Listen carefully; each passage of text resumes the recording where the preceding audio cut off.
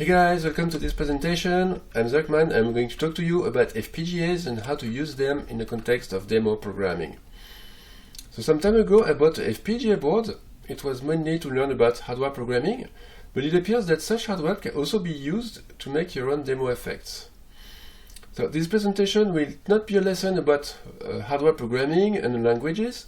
I want it more like an overview about what a FPGA is and to propose a simple architecture as a basis to some demo effects.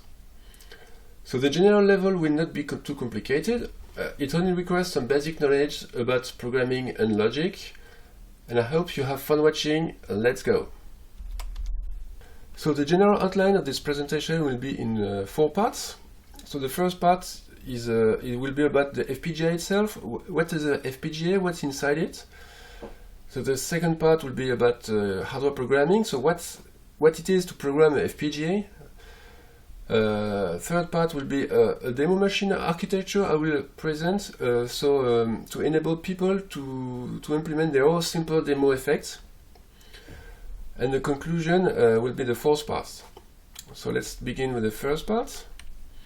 So we'll first tell you what a FPGA is, and then I will explain the block matrix and present 2 of the most important logical elements, which are the lookup tables and registers. So what is a FPGA? FPGA stands for Field Programmable Gate Array.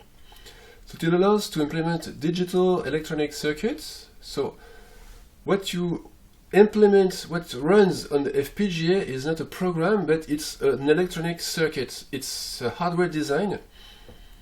So it can use the FPGA as a sandbox to build a hardware that does exactly what you want. So I've given different examples. So first example would be a processor. So the FPGA would be a part of a board with different components, controllers, memory, etc. and the FPGA. And the FPGA will act as the processor. So you will have to implement a processor on the FPGA, and it will communicate with the different elements of the board, just like an ordinary processor. So the second example would be a dedicated compute accelerator. So it would work, the FPGA would work next to a CPU, an ordinary CPU, that would use the FPGA to accelerate some of its computations. So another example would be a whole computer. So you would implement the CPU and all the hardware around it inside the FPGA. So, and then the example of today is a hardware demo engine that I will explain in the rest of this presentation. But before that, I need to explain to you what's inside the FPGA. So what's inside the FPGA? Inside the FPGA you'll find thousands of configurable blocks. So there are of mainly 3 types. So the first type would be the logic block, then you have the DSP and the BRAM blocks. So the BRAM or block RAM are small blocks of very fast memory that can store temporary data at a very high efficiency. The DSP are fast multiply add units, and the blocks that we will most talk about today are the logic blocks. So they are composed of lookup tables or LUTs and flip-flops that can also called registers. So I will talk about this after that. So all of these logic elements can be configured and interconnected to form a circuit. So the logic blocks can be configured the way you want, and there are interconnection links that also can be configured. So you can make a circuit using all those blocks as the base elements for your circuit. There are also IOs, input-output elements. They are used for communicating with the outside world. So your circuit would have terminal points with IOs, so you can input data from the outside of the FPGA and produce data to the outside. So now let me explain about lookup tables or LUTs. So they can implement any kind of combinatorial logic function. So combinatorial logic is any combination of logic gates. So you know about the AND, the OR, exclusive OR, NOT, etc. So you can combine them together to form a combinatorial logic circuit, which will have input values and produce resulting output values. So here, for instance, you've got the 2-bit adder, so it will add two 2-bit values. So the 2-bit elements are x and y, and x1, x0 are the 2 bits of x, and y1 and y0 are the 2 bits of y. So and the circuit will produce a 2-bit output value as well, plus the carry-out value here. So you can also express the behavior of the circuit directly using the truth table. So the truth table here lists any possible combination of input values and associates the corresponding resulting value. So just using the truth table, you can express exactly what this combinatorial circuit is doing here. And you can also replace all the combinatorial elements with a programmable logic element, which directly reproduces the truth table for the corresponding output bit. So here is a resulting transformation of the circuit. So I've replaced all the logic gates with directly the corresponding LUTs, and the LUTs are programmed directly with the values of the truth table here. So here you've got two truth tables, two LUTs using 4 inputs, because they depend on all 4 inputs of the circuit.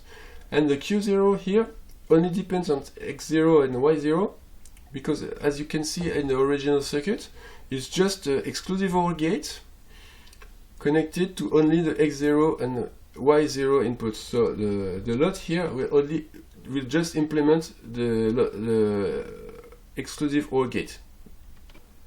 So now that we have talked about lookup tables, let's talk about registers or flip-flops.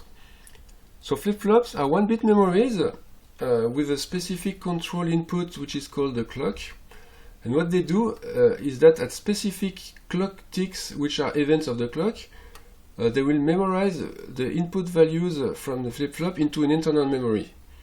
And at any moment you can read the internal memory value as the output of the flip-flop. So the output value will not change between clock ticks, because what matters really is the value which is present at the specific moment of the clock tick. So here I've reproduced the 2-bit adder from the previous example. So you can see the 3 output bits, which are now connected to flip-flops. So what it means is that when the values of x and y are changed, the result of the addition will only be visible as the output of the flip-flops after the next clock tick.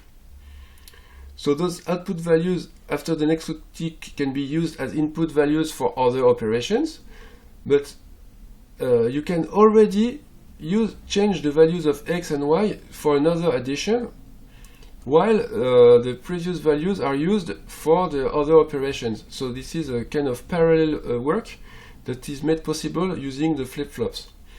So flip-flops are the key element of what we call the synchronous logic, which is a logic which is controlled with the clock, and the clock is global to the whole circuit. So this is really what orchestrates the global behavior of the circuit. So now I'm going to talk about hardware programming. We'll see how code can generate logic, and we'll also talk about synchronous logic and time. So the main principles behind hardware programming are that code generates logic, it does not generate instructions. And a hardware program is a description of how logic will be generated. So I'm giving you an example below. So it's written in VHDL. So it manipulates signals. So signals are values that are manipulated in logic programs. And they correspond to wires or register outputs and anything that can be computed on hardware. So they are of STD logic type. So STD logic means that it's a binary value. So the main values for STD logic are 0 and 1. So here, what the code does here is that compute a value of D. So the signal D depends on A and B. So the N is the logic gate end, so that it connects A and B. But the value of D can also be A or B depending of the value of C. So actually what this means is that D depends from A, B and C. So the result for this code will be a lot here. The three inputs will be the A, B and C signals, and the output will be the D signal. So now let me explain to you about synchronous logic. So I've already told you that this depends on flip-flops and clocks. So I have to explain more precisely what a clock consists in. So a clock is a signal that has alternating values from 0 and 1 periodically. So here you've got a timing diagram. So the upper level here corresponds to 1 and the lower level corresponds to 0. And on the horizontal axis you see the time that is going on. So during time the clock value alternates from 1 to 0 and from 0 to 1. What we call the transitions here between 1 and 0 are called the falling edges, and the transition from 0 to 1 are called the rising edges. So the rising edges correspond to the clock ticks I talked to you before. So here the synchronous logic depends on the rising edges of the clock. The falling edges are ignored. So as you can see in this code, I've got 4 signals, the clock, A, B and C, which all are STD logic as I explained before. So what this code does here is change the value of C depending of A and B, but only if there's a rising edge here. So what this means is that the C value will change only at the rising edge of the clock, and that corresponds exactly to a LOT and a flip-flop here. So the LOT will compute the value A and B. A and B is just a logical computation, but the value of C will only be changed at the rising edge. So we insert a flip-flop after that, which is controlled by the clock, and so we've got this. The C value will be valid only after the rising edge of the clock. So now let's go a little bit further into synchronous logic. So here you have the code of an 8-bit hardware counter. So you find the clock signal, then a reset signal which is also of type STD logic, then a count signal which is of type unsigned. So this is a vector of bits, and the bits here are numbered from 7 to 0. So 7 is the leftmost bit and 0 is the rightmost bit. So this corresponds to a byte. And the unsigned type allows you to perform arithmetic operations like plus, minus, multiply, etc. Then you find the typical synchronous logic construct. So it's inside the if rising edge condition. So what it does here is that if the reset input is 1, then the counter will be set to 0. Otherwise, if reset is 0, the counter will be incremented by 1. So the count plus 1 here takes the previous value of the counter before the rising edge, and performs plus 1 and assigns it to the counter. So at each clock's tick, you will get a new value for count, which is either 0 if reset is 1, or the previous value of count plus 1 if reset is 0. So here is the corresponding schematic. So here I have used 4 flip-flops, but the actual logic would require 8 flip-flops because there's 1 flip-flop for each bit of the count signal.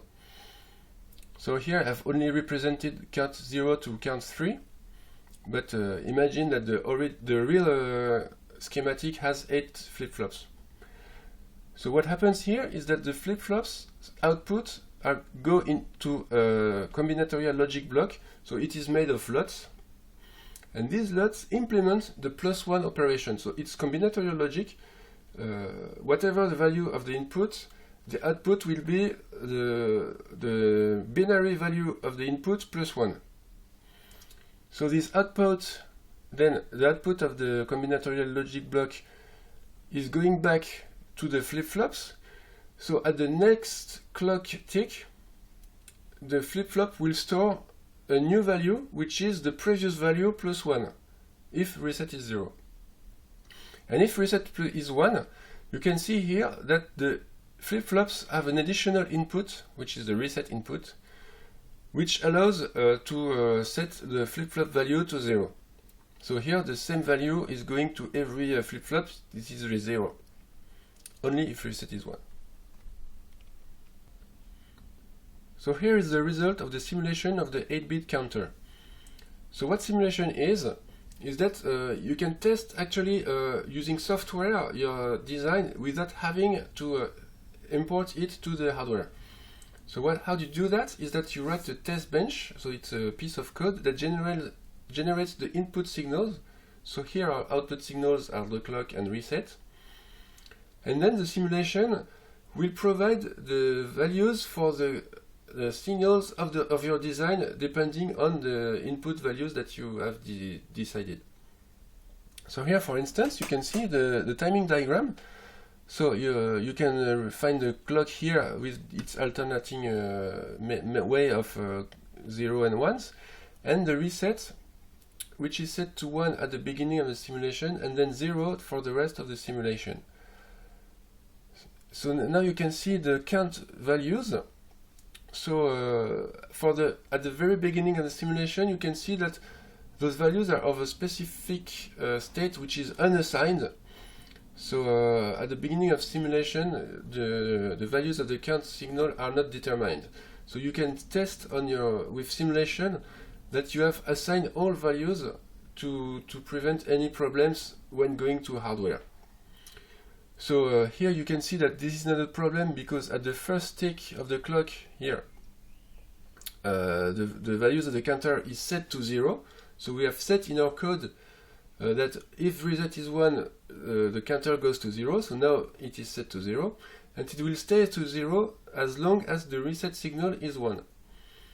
So as soon as the reset signal goes to 0, at the following clock tick, you will see that the counter value will change, and it is incremented by 1. So here is the human readable value of the 7 bits of the counter, and you can also see below the values for the 8 bits of the counter.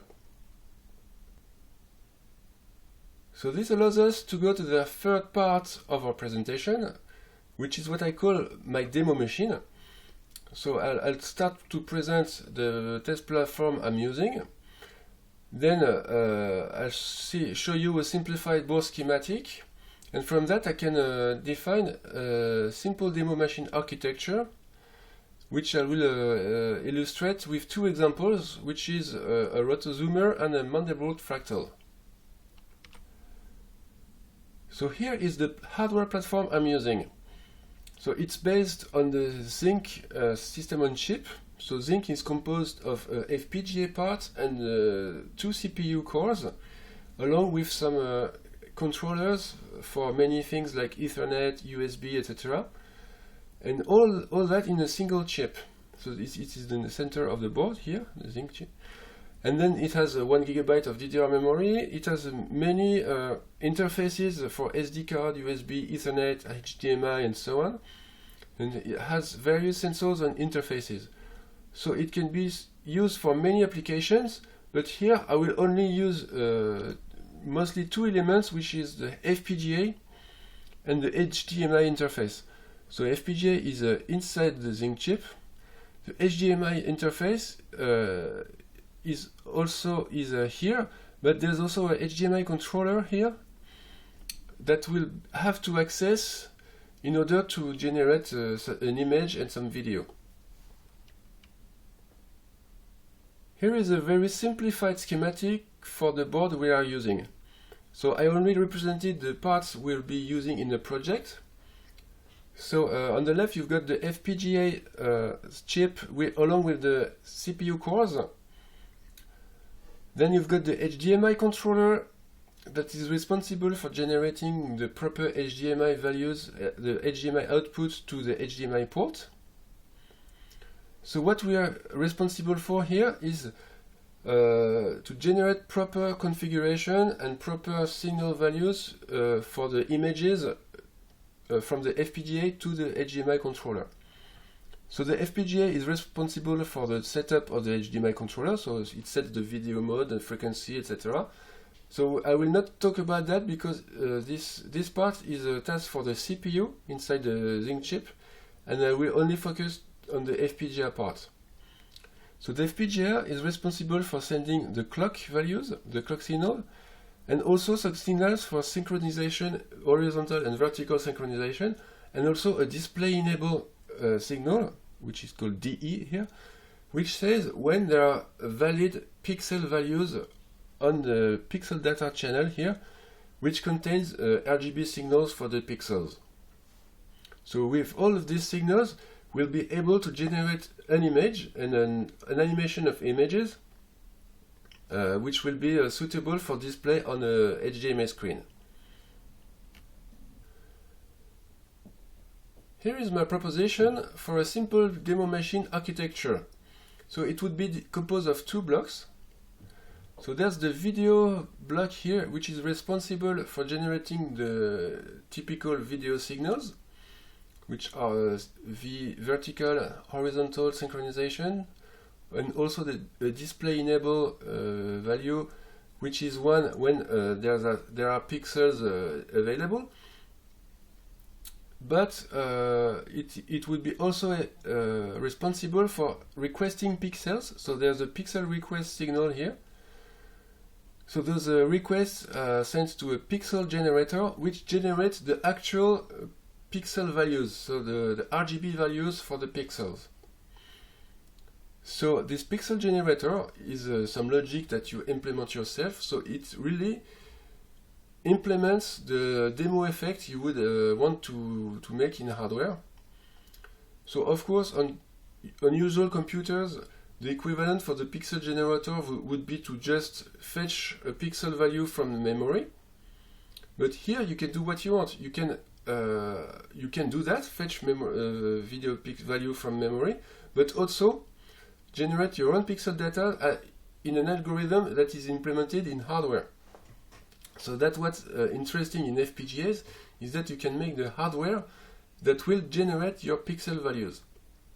So you only need to know when to generate pixels, thanks to the pixel request, and the rest of the video signal is handled by a fixed block that should not change between different effects. So that's why I've separated into two different blocks here. So how does the video signals look like? So here you can see the video signals for a whole image in a full HD resolution of 1080p. So this is a 60 Hertz frequency. So each image is displayed in 16.6 milliseconds. So you can see that on the timing diagram here. So the VSync really is a vertical synchronization signal. So it's for a short period of time goes to 1 and then to 0. And then for the next image, it will be at 16.66 milliseconds. So that's exactly the duration of one image. And between that, you've got horizontal sync. So there are 1080p visible lines, but actually your video signal generator will generate more lines than the actually visible signals, the actually visible lines. And the visible lines are only visible when DE is 1. So here you've got DE, and DE will be equal to 1 at valid lines, but also for the valid pixels of the line. So I'm showing you it right now. So you can see here now I have zoomed around the region of the vertical synchronization, but you can see here there are different hash sync signals that are set to 1. So there's one pike for each new line of the video. And you see that the DE is 1 for valid pixels. So if you are running on a 1080p resolution, there would be 1920 pixels per line. So for the same number of cycles. For each cycle is a pixel. So for 1920 cycles, the DE signal will be 1. And the pixel generator will generate the corresponding pixel data at the same time. And when the DE is 0, there are additional cycles at each line before the new line is generated. And also you can see that there are many lines for which there is no display enabled. There are just invisible lines that are not visible on the screen, but are necessary for synchronization, especially when you're not displaying pixel. You can generate the vsync signal, which lasts for several lines, and it is the vertical synchronization for the video controller to understand that it must start a new image. And that this is very typical on any video controller. It always works the same. So this is not new for FPGAs or anything. And if you zoom once again on the signal, here you can see one single horizontal synchronization tick. So it's larger because I've zoomed a lot. And you can see here that the DE and PR signals are almost the same, but the PR is shifted one cycle to the left. So you can see also here, maybe it's more visible here.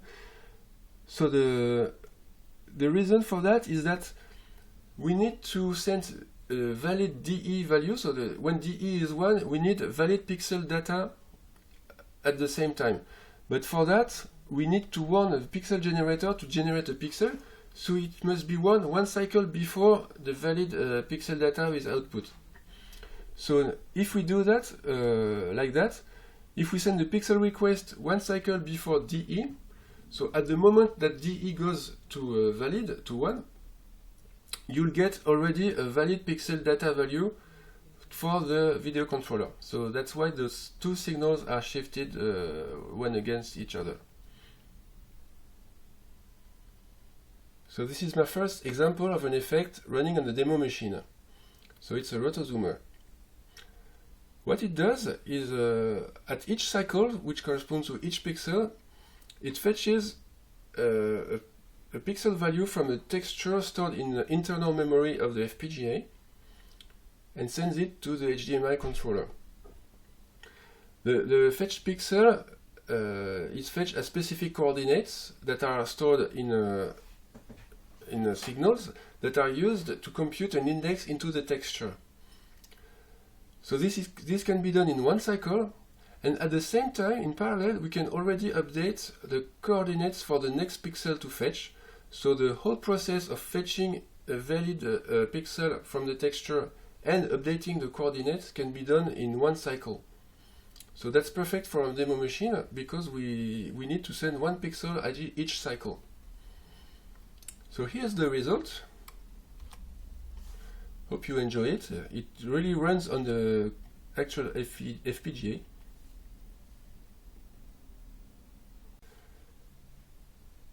My second example is a Mandelbrot fractal. So how does it work? For each pixel we associate two coordinates x and y, which are usually floating point values between -2 and +2. But you can also use fixed point representation. This is what I'm using. Then the algorithm starts to initialize two values a and b with the x and y coordinates. There's also a counter which is initialized to 0. And then there's a loop which is repeated as long as I does not reach a maximum and the a and b values are not the coordinates of a point which is outside a radius 2 circle.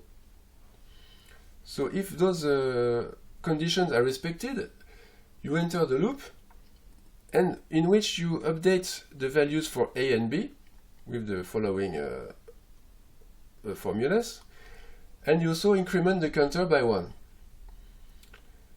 And in the end of the loop, you get a value for the counter, which is the index in a palette array. So you will get the color, the output color from the palette according to the I in value. So what you can understand from this is that you cannot compute the value of a pixel in a single cycle. So how did I manage to compute this image anyway? What I did is use a technique which is called pipelining. So it consists in decomposing your computation into different steps that will all take one than the time of a cycle. So here, for instance, we've got a loop which has a finite number of steps. The maximum number is this value max here. So I can decompose the loop into the same number of iterations that will be executed one after the other, in the hope that every step will be executed in one cycle. In this case, on my FPGA, it didn't work. So I had to decompose each of these steps into two sub-steps. So one sub-step would compute all the multiplications. So here you have the a square, b square, and ab multiplications. So they are computed in the first step. And then the second step would compute the rest, all the rest of the additions, subtractions, comparisons here, etc. And hopefully, this decomposition works with each step running in one cycle. So you would say, okay, I've decomposed. I managed to decompose my code into different steps that run in one cycle, but that's still not one cycle per pixel. So how does this work? But actually, using this decomposition, you've got a chain of steps that follow one another. But at each cycle, you can input new values for x and y at the first step. So then, this pipeline architecture will be able to compute all the iterations of the different pixels you give as input. But after the number of steps of the whole iterations, you will get one pixel value at each cycle. So this is what you want. So actually all the steps are working in parallel, but on different pixels. So this is why this works, because you use the parallelism that is available on the FPGA. So each step of the process works in parallel, but not on the same pixel values. So this works. So you can see the result here. So this operation was executed in 72 iterations. The maximum number is 72 because I cannot do much more because I've got 220 DSPs on my FPGA. And here you can see that I'm using 3 multiplications at each step of the loop. So when doing 72 steps, 72 iterations, I need 3 times 72 DSPs, so they can work in parallel. So that's 216, so that's close to 220, so I cannot use more than that. So now let me show you the architecture that has been generated by the Saling design tools. So here you can see a schematic of the top level design of the circuit. So it's mainly composed of 3 major blocks that are here, so we can zoom in. So this block is just a wrapper around the CPU part of the Zynq chip. What's important is that it generates the clock signal, the reset signal, and also some debug signals that I'm using just to check that everything works okay. But so the main important parts are here. So you can recognize the video controller that I described before with the specific VSync, HSync, DE and PR outputs, also the clock and reset inputs. And here that's the pixel generator that I talked about, which is specified for the Mandelbrot fractal. So if you open it, we can see what's inside. So I have to zoom out. So you can see there are a lot of different blocks here, small blocks. So they're mainly LUTs and flip-flops. And if you zoom in here, you can see, for instance, there are different LUTs of different sizes. So here the only LUT 2, but there are also a lot of different sizes. Here LUT 6, it has 6 inputs. This one has 1 input. And what's FDRE? Here are the flip-flops. So D means it's a D flip-flop. R is because it has a reset input. And E has also an enable input. So that's not really important, but you can see that the flip-flops can be specialized with different type of inputs. All of this is configurable. And the other thing I wanted to show you here is that's a chain of other blocks. So each of these blocks communicate with the previous one and the next one, and they are the iterations of the Mandelbrot loop. So here I only generated 16 of them to simplify the representation, but I actually can generate 72 of them, even 73. So what you can see here is that they're exactly similar to each other. They take the same input, so it's a number of iterations that is copied from one iteration to the other, and it is incremented as long as the point we are calculating remains in the radius 2 circle. As soon as the point goes out of the radius 2 circle, the counter stops incrementing. So at the end you can retrieve the number of iterations before the number of jumps go outside of the radius 2 circle. Okay, so what I can show you more is inside one of the iterations. I've told you there would be 3 multipliers inside each of the iteration because we make 3 multiplications at each iteration. So let's see if we can find them. So let's zoom out again. So here you can see 3 blocks that are much bigger than the others. And what they are, you can see the name here is the DSP48E1. Is the name of the DSP multiplier chips, multiplier units inside the FPGA. So they are actually well used, and there are 3 of them as expected. And again a lot of flip-flops and LUTs. So let's what I wanted to show you after that is at the end of the chain of iterations, there's only one value that is used, is just the number of iteration here, which is the number of iterations if the loop stopped before the number of iterations, the maximum number of iterations. And the other output is just a flag that says if we have reached the maximum number of iterations or not. So now it's time to conclude. So I have presented a new way of making demos that is really different than software programming, because in software programming you've got a given architecture and you write code that takes profit from most of the architecture. But here it's the opposite. You've got you want to make a demo effect, and you've got to generate the architecture that works the best for this demo effect. So that takes the problem from the other way around. So now I would like to also to say that I have proposed a very simple architecture, but it does not take into account many resources that are available on the board I am using. So for instance, I did not use the DDR memory. Also, there's no sound output, so that would be a good idea to make your own sound chip, for instance.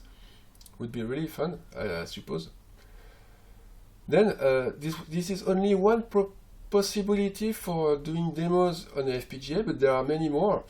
So here I've proposed a full FPGA architecture, but it could be a mixed CPU and FPGA architecture. So the CPU would, for instance, orchestrate different effects that are running on the FPGA, but also that would also be that the CPU is running the demo and only uses the FPGA to accelerate some computations or to generate some output from some input data or etc. That's up to you to decide if you want